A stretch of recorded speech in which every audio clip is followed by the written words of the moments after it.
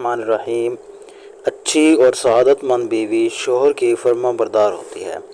وہ اللہ تعالیٰ کی نافرمانی کے سوا شوہر کی ہر بات کی فرما برداری کرتی ہے۔ سورۃ النساء کی آیت نمبر 34، ترمذی کی 1159، بخاری کی 3237 اور مسلم کی 3541 نمبر روایت سے پتہ چلتا ہے۔ دوسری بات یہ ہے کہ بیوی کو شوہر کی مال و غنیمت، عزت، گھر کے امور میں حفاظت کرنی چاہیے۔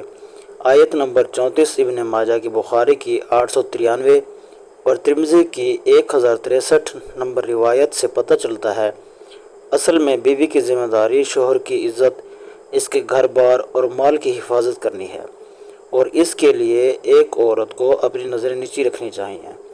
سورۃ النور کی آیت نمبر 31 سے پتہ چلتا ہے، اور نامحرموں سے فون پر یہ ضرورت کے موقع پر شیریں آواز سے کلام نہیں کرنی چاہیے۔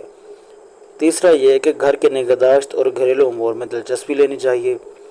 حضرت عائشہ رضی اللہ تعالیٰ عنہ گھر کے سارے کام خود کر لیا کرتی تھیں، رسول پاک صلی اللہ علیہ وآلہ وسلم کی کنگھی کر دیتی تھیں، ان کے سر میں تیل لگا دیتی تھیں، اور چوتھی بات یہ کہ بچوں کی ضروریات، نہلانا دھلانا وغیرہ ہر کام وقت پر پورا کرنا چاہیے۔ پانچواں یہ کہ شوہر کے رشتہ داروں سے وہی رویہ اختیار کرنا چاہیے جو اچھا رویہ شوہر نے اختیار کیا۔ جو عورت شوہر کا رشتہ داروں کے لیے اچھی نہیں، وہ شوہر کے لیے کیسے اچھی ہو سکتی ہے۔ تیسری بات یہ کہ شوہر کی ناشکری سے بچنا چاہیے کہ شوہر کی ناشکری جہنم میں لے جانے کا سب سے بڑا سبب ہے۔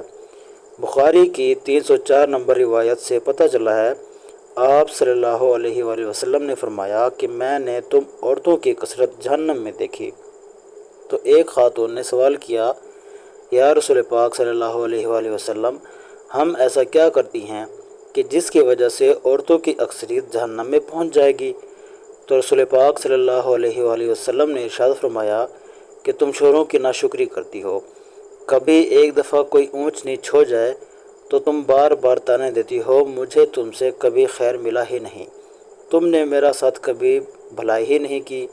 چوتھی بات یہ کہ بیوی کو اپنے شوہر کے گھر میں رہنا چاہیے اور شوہر کی اجازت کے بغیر گھر سے نہیں نکلنا چاہیے۔ اور پانچویں بات یہ ہے کہ شوہر کو خوش رکھنا چاہیے، کیونکہ یہ جنت میں لے جانے کا بہت بڑا ذریعہ ہے۔ تو ناظرین گرامی، ہمیں اللہ پاک اور رسول پاک صلی اللہ علیہ وآلہ وسلم کی اطاعت اور پیروی کرنی چاہیے، نماز اور قرآن اور سنت کے مطابق زندگی گزارنی چاہیے۔ اللہ پاک سے دعا ہے کہ اللہ تعالی ہمیں نیک اعمال اور نیک کام کرنے کی توفیق عطا فرمائے۔ آمین ثم آمین۔